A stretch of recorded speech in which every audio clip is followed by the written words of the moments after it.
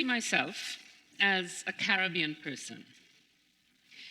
In my younger and more recalcitrant years, I would take a perverse pleasure in introducing myself, particularly to my international colleagues, as the product of a Jamaican and a Scotsman.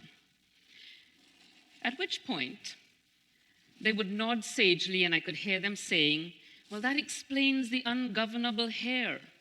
It's those Jamaican roots. But then, when I provided the further detail that my Jamaican mother was white and my Scottish father black, that was when the biases of their perceptions were fully revealed. The Caribbean, probably more so than anywhere else in the world, is defined by globalization, the movement of goods and services from all around the world. In our case, however, people were both the goods and the services. And as a result, we're all still trying to decide what aspect of that history we want to claim as our own. So I could be the product of slaves, or maybe the landowners, or perhaps the indentured workers who were brought in to be paid to do the work that the slaves were forced to do, or maybe even from the indigenous people. But the truth is that the reality is all kinds of complicated, not just in terms of the whiteness of my mother and blackness of my father, but that we are all a little bit of all of those things. So that when I tell this story in the Caribbean, it's not even interesting, because we're all kinds of complicated. So I want to talk to you about the fact that in the Caribbean, the way that the complexity from which we build our identities, in fact, simplifies the way that we see the world. So I want to talk about identity and about violence. And I want us to build an identity that trumps violence and to take that process into the future. I work in peace building and in conflict prevention. My job is to help communities and countries to patch themselves back together after war. In October 1999, the United Nations sent me to Kosovo. I arrived in Kosovo just after the NATO bombings. So the Kosovars were flooding back into the cities with this newfound sense of righteousness. I found myself in the company of two other UN officials. One was a woman, and the other was a Bulgarian man who, like I, was on his first mission. Now, my new Bulgarian colleague was a friendly kind of guy, and he struck up a conversation with everybody that he met. But he spoke to them in Serbian, and Serbian was the language of the oppressors. But as far as he was concerned, all he wanted to do was to communicate.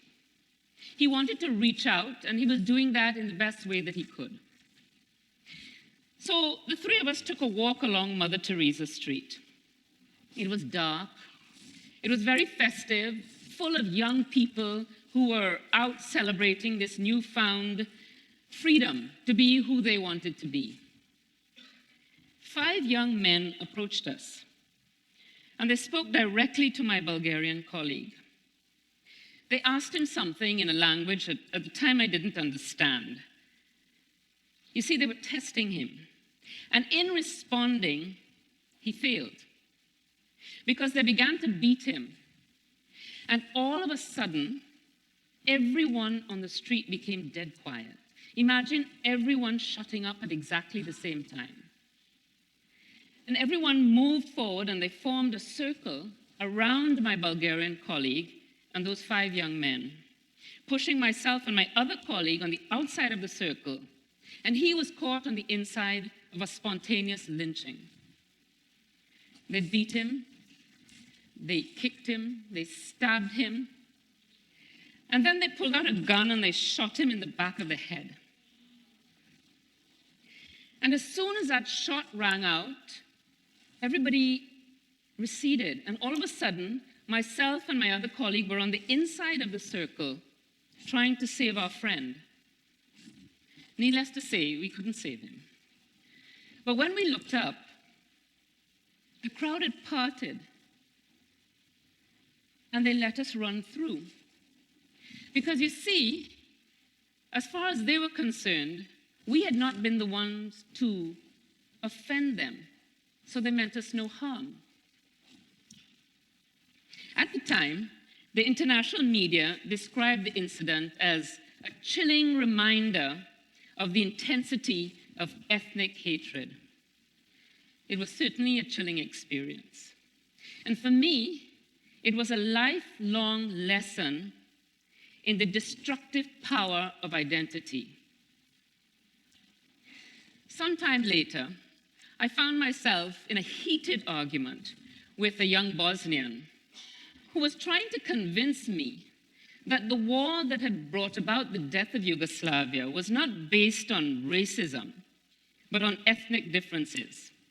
Because you see, as far as he was concerned, racism had to involve people of African descent, while ethnic differences somehow ranked higher on what was legitimate for hatred. As far as I was concerned, from where I stood, amidst the rubble of what was once a spectacular city of Sarajevo, the only thing to contemplate was how could the political manipulation of differences be allowed to go so drastically wrong? Over the years, I have often come across people holding on to their positions from some sense of commitment to genetic homogeneity. And I can only marvel, coming from the Caribbean, about this singular focus and commitment to preserving ethnic and racial historic allegiances above everything else. So there you have it. I discovered that I have an innate power. I have an innate power to bring people together to discuss common issues. And when I discovered I have that power, I realized that it had something to do with how I perceived people as equals, despite how they view themselves and how they define their identities. But it had much to do with how they perceived me. So the conversation would start with me being interrogated about what I am. I would challenge them to guess. And that would provide an opportunity for a fascinating unraveling of perceptions. So I have been described as both Israeli and Palestinian. I have been Turkish Cypriot and Greek Cypriot. The point is that there is a flip side to the complexity of being Caribbean. And that is, we are able to define ourselves in a way that sets us ahead. Because in the Caribbean, it's not just about how we define ourselves and the complexity from which we build our identities, but we are also able, because we have had this historic experience, and because we have genetic complexity, we have more control over how we identify ourselves. So, how you identify yourself is a choice. It is not a birthright or a legacy. It is, in fact, simply how you prioritize aspects of yourself. Coming back to the Caribbean, after so many years abroad, I am struck by the horrific sameness of violence. Violence in this region is endemic. It's hard to determine why or how, but brutality has become our zeitgeist. And in Trinidad and Tobago, it's part of our national identity. children being killed by stray bullets, young boys killed execution style, adults, sometimes whole families, murdered routinely, not to mention the extremely high rate of sexual assault against women. That has become our perverse normal. The point that I really want to make today is that we can prevent violence. Violence may have defined our history, but in fact, it does not have to claim our future. We can identify that in ourselves we have the capacity to accept that there are ways of preventing violence. And in order to do so, we first have to understand where violence comes from. Events spark violence, but invariably, there is always a deeper reason for violence at the root of it all. And identity is key to understanding the root causes of violence. So as Amartya Sen has identified, an unreasoned identity choice has been the cause of much of the world's atrocities, modern atrocities, much like I experienced in Kosovo. And Sen argues, and I agree, that people have plural identities. So the same person can be of African origin, they can be a citizen of Trinidad and Tobago, they can be a US resident, a battered woman, a mother, a lawyer, a Muslim insurgent, the daughter of poor farmers, and perhaps even an avid believer in extraterrestrial beings. So we should assume that everyone that we come across also possess intersecting identities. But instead, we treat people in a monochromatic way, and we other them into unhelpful categories. The point is that events spark violence, and we all go through the same process of becoming an individual, but it is circumstances that determine who we decide to become. Imagine that you go through this process of becoming an individual. Everybody goes through the same process, and in that process of becoming an individual and the process of individuation, we choose to highlight and to develop and prioritize aspects of ourselves that help us feel like we belong to groups that we identify with. But what happens if you don't feel like you belong? Suppose you feel disconnected, and perhaps the person that feels disconnected gets a sense of power out of the act of violence. So perhaps the act of picking up a gun or raising one's fist is in itself empowering. And that sense of empowerment becomes central to their process of becoming an individual. Do you think that it is any different if someone from a crime hotspot carries a gun as part of their identity?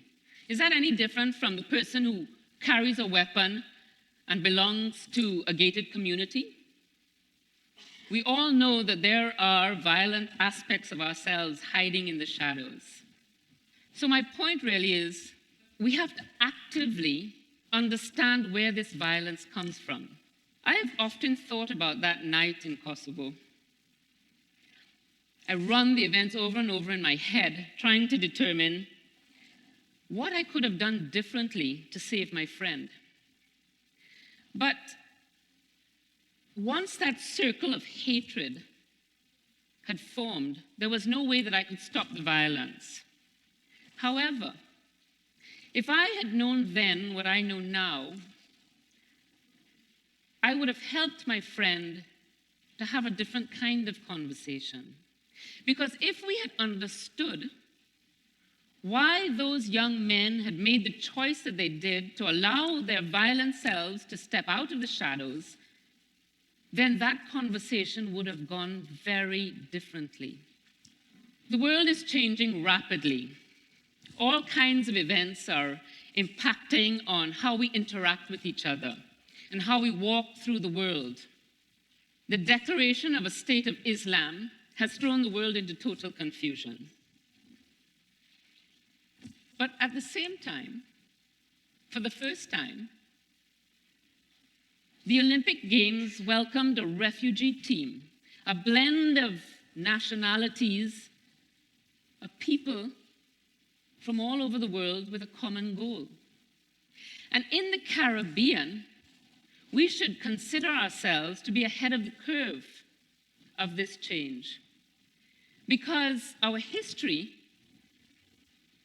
has set us up to understand what it is to be uprooted, to be redefined, and to reinvent ourselves. Because social upheaval is in our DNA, literally. I recently read an article about a leukemia sufferer. She needed a donor transplant. And of course, there are millions of donors registered all over the world. But very, very few of them were of mixed race. So her parents sent out an appeal. And in a very short space of time, the National Register in the United Kingdom had increased their donor registry of genetically complex people by 500%. And in the United States, it was by 400%. The point is, more and more, the world is made up of people who do not fit neatly into categories. And this is not just true of their DNA patterns. It is true of their political leanings, of the languages that they choose to speak, and where they call home. You see that life jacket? Just imagine the profound impact that hundreds of thousands of refugees moving into Europe is going to have on the genetic complexity of the next generation of humans. The other day, I was helping my daughters to fill out an application form for North American universities. And of course, we were faced with having to fill in a box that required a definitive classification of race, as you all know. So there were many different opportunities to fill in this classification, all of which were politically sensitive and incorrect. Because one of them, for instance, was Caribbean/Afro-American. Now, how does that work for you as an identity? If I am from the Caribbean, I may define myself as Afro. I might even have an Afro. But I may also just as easily define myself as Indo, or white, or red for that matter. Now, of course, my children must be further subdivided than I, but they're equally recalcitrant about being boxed into meaningless categories. So we debated back and forth this issue of whether we should raise it with makers of meaningless forms. But then we decided the better approach would be to create a new box into which we typed the future.